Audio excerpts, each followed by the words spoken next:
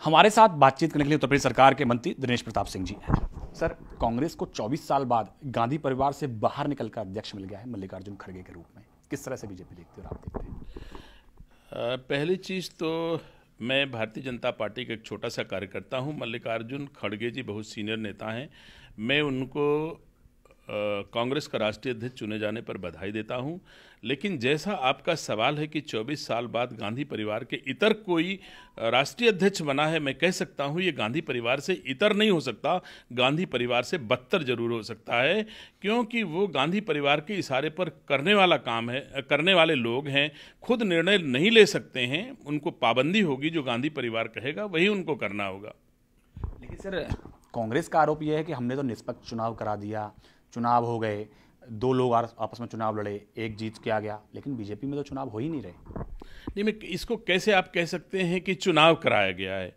जो चुनाव लड़ा है वही कांग्रेस के ऊपर आरोप लगा रहा है कि निष्पक्ष चुनाव नहीं हुआ है।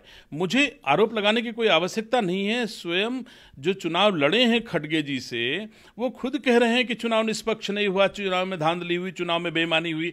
जो उनका कार्यकर्ता खुद अपनी पार्टी के नेतृत्व को बेईमान बता रहा है कि भ्रष्टाचार हुआ है चुनाव में, तो मैं कैसे कह दूं कि इनका गांधी परिवार ने अथवा कांग्रेस पार्टी ने निष्पक्ष चुनाव करके खड़गे जी को राष्ट्रीय अध्यक्ष बनाया है? ये तभी गांधी परिवार ही राष्ट्रीय अध्यक्ष था, और खड़गे रूप में भी गांधी परिवार के मोहरा मात्र होंगे खड़गे जी, तो वो भी गांधी परिवार ही राष्ट्रीय अध्यक्ष होंगे। सर, आखिरी सवाल, मल्लिकार्जुन खड़गे, क्योंकि कांग्रेस की हालत उत्तर प्रदेश में बहुत ज़्यादा खराब है। पहले 2 सीटें थी 2014 के चुनाव में, 2019 में एक ही रह गई, अमेठी हार गए हैं। तो क्या खड़गे उत्तर प्रदेश में कांग्रेस को वापस खड़ा कर पाएंगे 2024 के लोकसभा चुनाव में? पूरा देश जानता है, आप स्वयं जानते हो कि 45-50 साल के राहुल गांधी जब वो कांग्रेस को नहीं संभाल पा रहे हैं, देश की जनता को डिलीवर नहीं कर पा रहे हैं, तो 80 बरस के खड़गे जिसे देशवासी कैसे उम्मीद करेंगे कि वो कर पाएंगे? और परिश्रम करना पड़ता है, चुनाव में लोगों के बीच में जाना पड़ता है। सोनिया गांधी जी हमारे रायबरेली की सांसद हैं, जब से चुनाव जीत करके आई हैं आज तक पलट के कभी रायबरेली नहीं गई हैं। इवन जब चुनाव के बाद जो सर्टिफिकेट मिलता है सांसद का, वो सर्टिफिकेट लेने भी सोनिया गांधी का नौकर जाता है रायबरेली के डीएम से और हैंडओवर कर लेता है, सर्टिफिकेट चली जाती हैं। उसके बाद आज तक उन लोगों का हालचाल लेने नहीं गई जिन्होंने उनको वोट देकर के सांसद बनाया है। तो मैं नहीं समझ सकता कि अब गांधी परिवार का कोई स्टाफ अथवा गांधी परिवार का कोई सहयोगी भारत में कांग्रेस को उठा पाएगा, ये संदेह से परे नहीं है। आप रायबरेली से आते हैं, तो क्या रायबरेली बचा पाएंगे इस बार? आप खुद जानते हैं कि पिछली बार सोनिया गांधी 4 दलों की प्रत्याशी थीं, कांग्रेस, समाजवादी पार्टी, बहुजन समाज पार्टी और अपना दल कृष्णा पटेल। 4 पार्टी के रूप में उनको जितना वोट मिला था, वो अगर एक भी पार्टी का वोट निकाल दिया जाए, केवल कांग्रेस का वोट मान लिया जाए, तो वो कम से कम 2 लाख से हारी हुई हैं।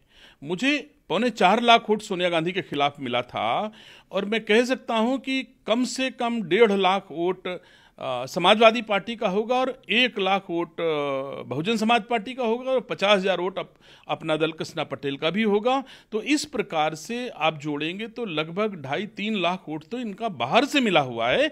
तो जीती कहाँ सोनिया गांधी? सोनिया गांधी तो हार के आई हैं, कांग्रेस की बदौलत नहीं जीती हैं। वो अगर जीती हैं तो समाजवादी पार्टी और बहुजन समाज पार्टी और अपना दल की बदौलत जीती हैं। जो अब वो जाने, मुझे तो लगता नहीं कि आदरणीय मुलायम सिंह यादव जी के ना रहने पर गांधी परिवार का कोई आदमी गया नहीं।